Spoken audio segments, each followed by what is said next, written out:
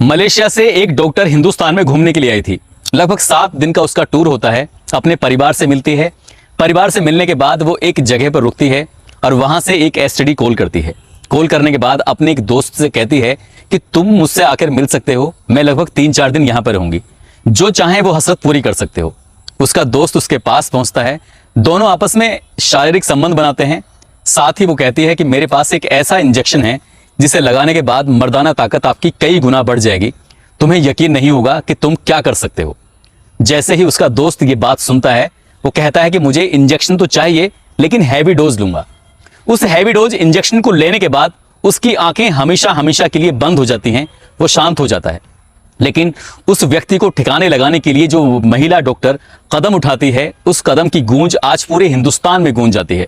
इसके बाद अचानक ही वो महिला को जेल में बंद किया जाता है और वो महिला दीवार फांद कर वहां से भाग जाती है। और हिंदुस्तान की शायद पहली ऐसी लेडी किलर है जिसको इंटरपोल ने भी मोस्ट वांटेड घोषित कर दिया, जिसको आज तक भी पुलिस या भारत की कोई भी एजेंसी आज तक तलाश नहीं कर पाई है। आदाब, नमस्कार, सत श्री अकाल। मैं उस्मान सैफी। आज की जो सच्ची घटना मैं आपको सुनाने जा रहा हूं, ये सच्ची घटना है। भारत का एक राज्य है केरल और यहां एक शहर है ऊटी। दरअसल ऊटी शहर से एक महिला एक गाड़ी लेती है, टैक्सी लेती है कि मुझे कन्याकुमारी जाना है। और जैसे ही वो टैक्सी में बैठती है, अपने 2 बैग होते हैं, खुद का उसका पर्स होता है। और पर्स और बैग लेकर जैसी गाड़ी कुछ ही दूरी पर चली थी कि अचानक से उस बैग के अंदर से कुछ स्मेल आ रही थी। बार बार ड्राइवर जो होता है वो नाक को सिकोड़ रहा था, सूंघने की कोशिश कर रहा था। बार बार जब सूंघने की कोशिश कर रहा है तो वो महिला उसे पहचान लेती है और उसे लगता है कि शायद उसकी जो पोल है, उसकी जो पट्टी है, वो खुल चुकी है। वो ड्राइवर कहता है कि मैडम, मुझे ऐसा लगता है कि तुम्हारे बैग के अंदर कुछ ऐसा सामान है जिसको नहीं होना चाहिए था, इसके अंदर से मुझे कुछ स्मेल आ रही है। तो वो महिला एकदम से खुल जाती है और वो कहती है कि हाँ, सचमुच मेरे बैग के अंदर एक व्यक्ति की लाश रखी हुई है। यदि तुम इस लाश को ठिकाने लगवाने में मेरी मदद करोगे तो मैं तुम्हें मुंह मांगी कीमत दूंगी। ये बात ड्राइवर सुनता है और ड्राइवर मन ही मन मुस्कुराने लगता है, खुश हो जाता है। वो कहता है कि मैडम, कैसी बात आप कर रही हैं, जो आप कहेंगी मैं वो करने को तैयार हूं। और जैसे ही वो ये बात उसको ऑफर मिलता है, ये बात उसके सामने आती है, तो वो इतना खुश हो जाता है, कहता है कि मैडम ठीक है, मैं आपकी बात सुन लेता हूं। और ये सीधा सफर की ओर निकलने लगते हैं और एक ऐसे स्थान की तलाश में थे जहां पर जाकर ये अंधेरे में इन बैग के अंदर जो लाश थी इसको ठिकाने लगा सके। ड्राइवर बहुत तेजी से चल रहा था और मैडम खुश हो जाती है। लेकिन जैसे ही अंधेरा होने लगता है, उसे नहीं पता था कि गाड़ी अचानक जब रुकती है और उसकी आंखें खुलती हैं उस महिला की, तो वहां पर पुलिस स्टेशन होता है। चारों तरफ पुलिस थी और ये व्यक्ति जोर जोर से चिल्लाने लगता है, चीखने लगता है, जो गाड़ी का ड्राइवर होता है। गाड़ी का ड्राइवर, जिसकी गाड़ी का नंबर था TN67Y1616, और जोर जोर से चिल्लाने लगता है। उसकी चीख को सुनने के बाद वहां पुलिस एकदम से आती है और कहता है कि साहब जल्दी से आ जाइए, मेरी गाड़ी के अंदर लाश रखी हुई है। लाश पुलिस को दिखाई नहीं देती, उसमें एक महिला दिखाई देती है। पुलिस वाले इस महिला को पकड़ लेते हैं और पकड़ने के बाद इसके बैग खोल के जब देखते हैं तो बैग के अंदर पॉलिथीन रखी हुई हैं। छोटे छोटे पॉलिथीन के बैग थे। उस बैग के अंदर एक व्यक्ति की लाश के टुकड़े छोटे छोटे रखे हुए थे। उस महिला को जब सख्ती से पूछा जाता है, उससे बातचीत की जाती है कि आखिरकार ये व्यक्ति कौन है, तुमने इसको क्यों मारा है। और ये कोविड कनाल एक थाना होता है केरल का, उस थाने का ही माजरा होता है। पुलिस वाले उससे बातचीत करने की कोशिश कर रहे थे। महिला एकदम शांत हो जाती है। उसे बार बार जब पूछा जाता है तो बताती है कि वो MBBS डॉक्टर है, सर्जन है और आंखों की डॉक्टर है और बहुत ही मशहूर डॉक्टर है। इसका पय्यनूर कोयम्बटूर एक जगह है, वहां पर इसका अपना खुद का क्लिनिक हुआ करता था। लेकिन फिलहाल ये मलेशिया में रहती है और मलेशिया से यहाँ आई थी। जब पुलिस वाले इससे और जानने की कोशिश करते हैं तो ये बताती है कि इसके 2 बच्चे हैं, एक पति है, लेकिन अब वो इन सबसे अलग रहती है। ये बात है 1994-95 के आसपास की बात होती है और ये महिला और इसका परिवार बहुत ही खुशहाल जिंदगी जी रहा था, बहुत अच्छे से रह रहे थे। अचानक ही वो अपने पति, उसका पति भी डॉक्टर होता है, अपने पति से कहती है कि क्यों ना हम अपने घर को बहुत अच्छा, सुंदर, खूबसूरत बना लें, तुम्हें कोई ऐतराज तो नहीं है। तो उसका पति डॉक्टर कहता है कि मुझे कोई ऐतराज नहीं है, तुम भी अच्छे खासे पैसे कमाती हो, मैं भी अच्छे खासे पैसे कमाता हूं, हमारा घर खूबसूरत होगा तो और भी अच्छा लगेगा, समाज में भी एक अच्छा मैसेज जाएगा। तभी ये एक व्यक्ति होता है जो आर्किटेक्ट होता है, मुरलीधरन। उस मुरलीधरन के पास जाती है, उसे अपने घर पे बुलाती है, अपने घर को दिखाने के बाद कहती है कि इसको जितने से अच्छे से आप डेकोरेट कर सकते हैं उतने अच्छे से डेकोरेट कर दीजिएगा और पैसे की बिल्कुल भी टेंशन मत लेना, चिंता मत करना, जो भी पैसे लगेंगे हम तुम्हारे पैसे पाई पाई का हिसाब किताब कर देंगे। डॉक्टर अपने क्लिनिक पे जाता है। ये महिला ज्यादातर अपने घर में समय दे रही थी और आर्किटेक्ट इसके घर को बहुत ही खूबसूरत बनाने में लगा हुआ था। एक दिन बातचीत हो रही थी, बातचीत होते होते इससे पूछा जाता है कि तुम कहाँ रहते हो, तो ये अपने घर का एड्रेस बताता है कि मैं फला जगह रहता हूँ। तभी वो महिला डॉक्टर कहती है कि मैं भी उसी गांव की रहने वाली हूं, मैंने तुम्हें कभी देखा तो नहीं है। तो जब अपने बारे में बताती है तो कहता है कि अच्छा, वो उसका परिवार आपस में जब एक दूसरे के अंदर जान पहचान बनाने लगते हैं, एक दूसरे के बहुत नजदीक आते हैं, तो कहीं ना कहीं इन दोनों की दोस्ती हो जाती है, और दोस्ती कब प्यार में बदल जाती है इन दोनों को पता ही नहीं चलता है। फिर ये दोनों आपस में एक दूसरे से जब भी मन करता था चुपके चुपके मिल लिया करते थे, और एक दिन इस बात का डॉक्टर साहब को पता चल जाती है। डॉक्टर साहब कहते हैं कि तुम्हारा उस व्यक्ति से मिलना जुलना बिल्कुल भी अच्छा नहीं लगता, इसलिए मैं चाहता हूं कि तुम उससे बिल्कुल दूर रहो। लेकिन ये दोनों थे आपस में एक दूसरे से मिला करते थे, बात क्या करते थे। डॉक्टर ओमाना MBBS जो कि आंखों की सर्जन होती है, और ये व्यक्ति जो आर्किटेक्ट है मुरलीधरन, ये दोनों आपस में मिलते थे, बातचीत करते थे, जब मौका मिलता था संबंध बनाते थे। और ये बात उसके पति को बिल्कुल भी बर्दाश्त नहीं होती थी। उसके पति ने साफ साफ इनकार कर दिया कि या तो तुम्हें उसके साथ रहना है या फिर मेरे साथ रहना है। लेकिन वो महिला डॉक्टर थी कि अपने प्रेमी के साथ रहने पर ज्यादा अड़ी हुई थी। आखिरकार इन दोनों के बीच में तलाक होता है और दोनों हमेशा हमेशा के लिए अलग हो जाते हैं। जैसे ये दोनों अलग होते हैं, अलग होने के बाद डॉक्टर और वो आर्किटेक्ट दोनों एक दूसरे के साथ ऐसे रहने लगते हैं जैसे पति और पत्नी। लेकिन ये बात जब लड़की के यानी कि डॉक्टरनी के परिवार को पता चलती है तो परिवार बहुत ज्यादा गुस्सा होता है, नाखुश होता है, और वो कहता है कि हमसे बिल्कुल भी संबंध रखने की कोई जरूरत नहीं है। यानी कि पहले उसका पति छूटता है, फिर उसका परिवार छूटता है, और ये आसपास के जो लोग होते हैं वो भी कहीं ना कहीं इस महिला डॉक्टर से संबंध खत्म कर लेते हैं। और पय्यनूर में जो इसका हॉस्पिटल होता है, इसका क्लिनिक होता है, वहां भी कहीं ना कहीं उसके जो कस्टमर होते हैं, उसके पेशेंट होते हैं, वो भी इसके पास आने से कतराने लगते हैं, दूर जाने लगते हैं। जब सभी दूरियां बढ़ने लगती हैं तब ये महिला अकेली रह जाती है, और ये व्यक्ति इसके पास आता जरूर है, लेकिन पहले ये शारीरिक संबंध बनाने के लिए आता है, बाद में फिर इसके साथ जो इसके पैसे होते हैं, इसकी ज्वेलरी होती है, उसको ये कब्जाने के लिए आने लगता है। और जब ऐसे ही लगातार चल रहा था, लेडी डॉक्टर जो होती है, जो उसकी जेब लगातार खाली हो रही थी, वो परेशान होने लगती है, तो अपना यहाँ से सब कुछ छोड़ छाड़ के बिना किसी को बताए चुपचाप यहाँ से मलेशिया चली जाती है। और मलेशिया में जाने के बाद एक नए नाम के साथ यानी कि मुमताज नाम रखती है, और मुमताज नाम रखने के बाद वो मलेशिया में ऐसी गुमनाम जिंदगी जी रही थी, और एक हॉस्पिटल के अंदर वो नौकरी करने लगती है। वहां से जो पैसे मिलते थे उसी से ही अपने परिवार का भरण पोषण करती थी। परिवार में कोई होता नहीं है, अकेली ही होती है, बहुत सारे खर्चे होते हैं अकेले आदमी के भी, और वहां एक जिंदगी जी रही थी। धीरे धीरे पटरी पर जिंदगी आ रही थी। जो अब तक उसने परिवार, घर, दोस्त, अपने अड़ोसी पड़ोसी सबको खोया था, एक नई जिंदगी में वो उसने नए दोस्त बनाने शुरू किए, नए लोगों से मिलना जुलना शुरू किया। सब कुछ ठीक चल रहा था, लेकिन एक दिन अचानक ही मलेशिया के अंदर उसको रास्ते में मुरलीधरन टकरा जाता है। जब मुरलीधरन उसको टकरा जाता है, उससे मिलता है, तो वो बहुत ज्यादा खुश भी होती है, परेशान भी होती है कि वो व्यक्ति उससे लालच के साथ जुड़ गया था, उसके साथ शारीरिक संबंध बनाया करता था, उसके पैसे, उसकी ज्वेलरी लूटता था। लेकिन यहाँ आने के बाद मुरलीधरन ने उससे माफी मांगी, और माफी मांगने के बाद कहा कि मुझे माफ कर देना, जो वहां हुआ है इंडिया के अंदर अब यहाँ नहीं होगा। उसने अपने परिवार को बिना बताए वो डॉक्टर ओमाना के साथ रहने लगता है। लेकिन यहाँ डॉक्टर ओमाना नहीं थी, यहाँ डॉक्टर मुमताज हो जाती है। डॉक्टर मुमताज ने फर्जी डॉक्यूमेंट्स तैयार किए थे इंडिया के अंदर, और वो वहां रहने लगी। इसी बीच में वो भी एक मुसलमान नाम रखने के बाद, अपना मुस्लिम नाम रखने के बाद, मुरलीधरन वो भी मलेशिया में रहने लगता है, और वो लंबे समय तक दोनों साथ साथ रह रहे थे। और साथ साथ रहने के दौरान ही पहले वो शारीरिक संबंध बनाते थे, बाद में उसके प्रेमी की जो जरूरत थी, उसका पैसा था, उसकी ज्वेलरी थी, उसको वो कब्जाने की कोशिश करने लगता है। इंडिया में उसकी बात खराब होने का एक ही कारण था, क्योंकि वो शादीशुदा था। वो चाहती थी कि वो उससे शादी कर ले और उसके साथ एक पति पत्नी के रूप में एक जिंदगी बिताए। लेकिन जब वो मलेशिया पहुंच जाता है तो उसे लगता है कि शायद इसने अपने बच्चों को छोड़ दिया है, अब ये मेरे साथ रहेगा। लेकिन वहां भी वो अपने बच्चों को पैसे भेजता था, अपने बच्चों का ख्याल रखता था, बीच बीच में अपने बच्चों से मिलने आता था। इसी बात को लेते हुए दोनों के बीच में बात खराब हो जाती है, और इन दोनों के बीच में झगड़ा होता है। इसको वापस मुरलीधरन को वो इंडिया भेज देती है। लेकिन इंडिया से मुरलीधरन बार बार फोन करता था, कहता था कि मैं मलेशिया की पुलिस को तुम्हारी हकीकत बता दूंगा कि तुम्हारा नाम मुमताज नहीं बल्कि डॉक्टर ओमाना है। यदि मलेशिया की पुलिस को यह बात पता चल जाएगी तो फिर तुम्हारी न केवल जेब खाली होगी बल्कि तुम जेल में भी रहोगी। ये बात जब डॉक्टर साहब सुनती हैं तो उन्हें बहुत गुस्सा आता है, वो परेशान होने लगती हैं।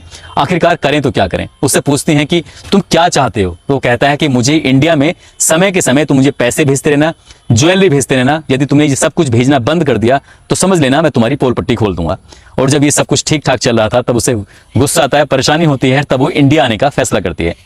हॉस्पिटल से 7 दिन की छुट्टी लेकर 9 जुलाई 1996 को वो इंडिया आती है। और इंडिया आने के बाद सबसे पहले तिरुवनंतपुरम जाती है, अपने भाई के पास रुकती है। उससे कहती है कि भैया मुझे इंडिया में अलग अलग जगह पर घूमने के लिए जाना है, तो मेरा एक जो रेलवे का टिकट है वो करा दो। कोयम्बटूर का उसका रेलवे का टिकट कराया जाता है, लेकिन वो कोयम्बटूर ना जाकर वहां से सीधा रेलवे स्टेशन पहुंचती है और वो अपना टिकट को बदलवा कर ऊटी का टिकट करा देती है। ऊटी जैसे ही पहुंचती है वहां एसटीडी से अपने प्रेमी को फोन करती है, मुरलीधरन को, और उससे कहती है कि मुरलीधरन, मैं इंडिया आई हुई हूं और इस बात का किसी को भी कोई दूर दूर तक भनक नहीं है। तुमने जो मुझसे पैसे मांगे थे, तुमने जो मुझसे ज्वेलरी मांगी थी, वो सब लेके आई हूं। तुम चाहो तो उसे ले सकते हो। साथ ही मैं 3-4 दिन यहाँ पे रुकूंगी, मेरे साथ अगर तुम समय स्पेंड करना चाहते हो तो वो भी कर सकते हो। वो खुश हो जाता है और वो एक नई जगह बदल कर बताता कहीं दूसरी जगह है, लेकिन पहुंच जाता है सीधा ऊटी। और ऊटी के बाद एक कालीकट वहां पर जगह है जहां पर उसने लड़की ने रूम लिया हुआ था किराए पर। वो दोनों साथ साथ वहां रुकते हैं, एक दूसरे के साथ संबंध बनाते हैं। साथ ही उस लड़की ने ऊटी, मतलब डॉक्टर जो होती हैं, उसने ऊटी के में जो रेलवे स्टेशन है उसके विश्राम गृह में भी, एक विश्राम कक्ष में भी अपना एक रूम किराए पे लिया हुआ था। 2 जगह किराए पे रूम लिए हुए थे। पहले वो कालीकट में रहते हैं, दिन भर इधर उधर घूमते हैं, और साथ ही वो जो लड़की होती है बाजार से कुछ खरीदारी करके पूरी तैयारी के साथ थी, और सीधा वो 5 स्टार होटल में खाना खाने के बाद सीधा ऊटी के उस रेलवे स्टेशन के उस विश्राम कक्ष में पहुंच जाते हैं जहां से उन्होंने पहले से ही कमरा लिया था। दोनों साथ साथ रहते हैं। वो कहती है कि मैं तुम्हारे लिए सोना चांदी के साथ साथ रुपए भी लेके आई हूं, और इन रुपयों के साथ साथ तुम्हारे लिए एक ऐसा गिफ्ट लेके आई हूं जिसे तुम हमेशा हमेशा याद रखोगे। वो कहता है कि क्या गिफ्ट लेके आई हो? तो वो कहती है कि मैं तुम्हारे लिए एक ऐसा इंजेक्शन लेके आई हूं, इस इंजेक्शन को लगाने के बाद तुम्हारे अंदर की जो मर्दाना ताकत है वो बढ़ जाएगी, और जितनी देर तुम सेक्स करते हो उससे कहीं ज्यादा देर तक कर सकते हो। जब उसका प्रेमी ये बात सुनता है तो बहुत ज्यादा खुश हो जाता है। वो कहता है कि तुम्हें मुझे जो इंजेक्शन देना है थोड़ी हैवी डोज देना, मैं चाहता हूं कि ज्यादा देर तक ये रुकूं, ज्यादा देर तक ऐसा कुछ करूं।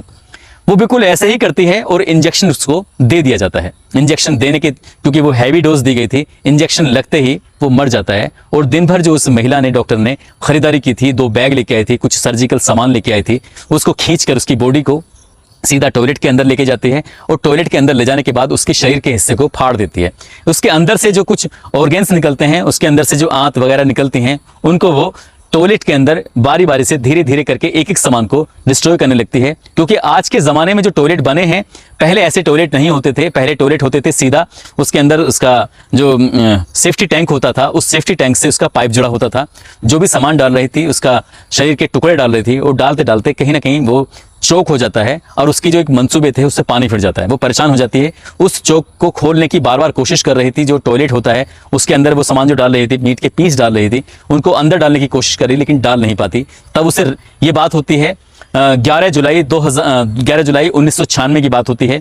वो परेशान हो जाती है, पूरी रात उसके पास होती है। उसके बाद जो अपना बैग लेके जाती है, बैग में उसके जो पॉलीथीन होती है, पॉलीथीन के अंदर एक एक मीट के टुकड़े को, एक एक मीट के पीस को पैक करती है, और पैक करने के बाद सीधा पूरे कमरे की साफ सफाई करती है, और अगले ही दिन यानी कि 12 जुलाई को वो रूम छोड़ देती है। और रूम छोड़ने के बाद यहाँ से जो पास का ही एक लगभग 10 या 12 किलोमीटर की दूरी पर एक दूसरा रूम होता है, उस दूसरे रूम पे जाती है। और वहां जाने के बाद वैसे ही टॉयलेट के अंदर उसके जो बॉडी के पार्ट होते हैं, छोटे छोटे पीस करने के बाद उनको अंदर डालना शुरू कर देती है। लेकिन जैसे ही 10-20 पीस उसके अंदर जाते हैं, छोटे छोटे टुकड़े जाते हैं, फिर से वो टॉयलेट जो होता है चोक हो जाता है। वो परेशान हो जाती है कि आखिरकार करे तो क्या करे। कालीकट से कन्याकुमारी के लिए एक गाड़ी पकड़ती है, और गाड़ी पकड़ने के बाद यहाँ से जैसे ही थोड़ा सा चलती है, अचानक ही गाड़ी में टायर पंचर हो जाता है, और ये 12 जुलाई की रात हो जाती है, लगभग 7 या 8 बज जाते हैं। वो परेशान हो जाती है, तभी उस ड्राइवर से कहती है कि मेरे लिए एक और गाड़ी का इंतजाम कर दो, ताकि मैं यहाँ से अपनी मंजिल पर पहुंच सकूं। गाड़ी का इंतजाम किया जाता है। गाड़ी आती है TN67Y1616। उसका ड्राइवर होता है राजा, और राजा से कहती है कि तुम्हें मेरे किसी भी सामान को हाथ लगाने की जरूरत नहीं है, सारा का सारा सामान मैं खुद रखूंगी। जैसे ही उसका सामान रखा जाता है, क्योंकि अब उसकी मौत को लगभग 24 घंटे के आसपास समय हो चुका था, उसके पॉलीथीन के अंदर जो बॉडी के पार्ट रखे हुए थे वो बहुत ज़्यादा हीट हो जाते हैं, गर्म हो जाते हैं। जुलाई का महीना होता है, उसके शरीर से बदबू निकलने लगती है। हालांकि उस डॉक्टर ने उस बदबू से, उस दुर्गंध से बचने के लिए कुछ ऐसे परफ्यूम वगैरह का इस्तेमाल कर रखा था, कुछ ऐसे खुशबू वाले सामान ले रखे थे, लेकिन उसकी खुशबू कम पड़ रही थी, और जो शरीर की बदबू थी वो कहीं ना कहीं बढ़ती चली जा रही थी। इसलिए महिला डॉक्टर परेशान हो जाती है, और उसके अंदर जैसी गाड़ी के अंदर उसमें दोनों बैग रखती है, तो उस ड्राइवर राजा को कहीं ना कहीं दुर्गंध आने लगती है। वो परेशान हो जाता है। वो बार बार कहता है, डॉक्टर साहब या मैडम जी, इसके अंदर क्या सामान है? इसके अंदर तो मुझे कुछ अजीब सी स्मेल आ रही है, कुछ तो बात है। जब बार बार एक ही सवाल कर रहा था, तो वो कहती है कि इसके अंदर कुछ मेरे एक फ्रेंड था, मैंने उसकी हत्या की है और उसकी इसमें बॉडी के पार्ट रखे हुए हैं। यदि इन बॉडी के पार्ट को तुम ठिकाने लगवाने में मेरी मदद करोगे तो मेरे पास बहुत सारा पैसा है। वाकई उसके पास बहुत सारे पैसे थे, ज्वेलरी थी, वो उसको लालच देती है, दिखाती है, तभी वो हंसने लगता है। ऐसे हंस रहा था जैसे कि डॉक्टर की बातों में आ जाता है, लेकिन वो हंस रहा था उसके नजदीकी पुलिस स्टेशन के आने का इंतजार कर रहा था।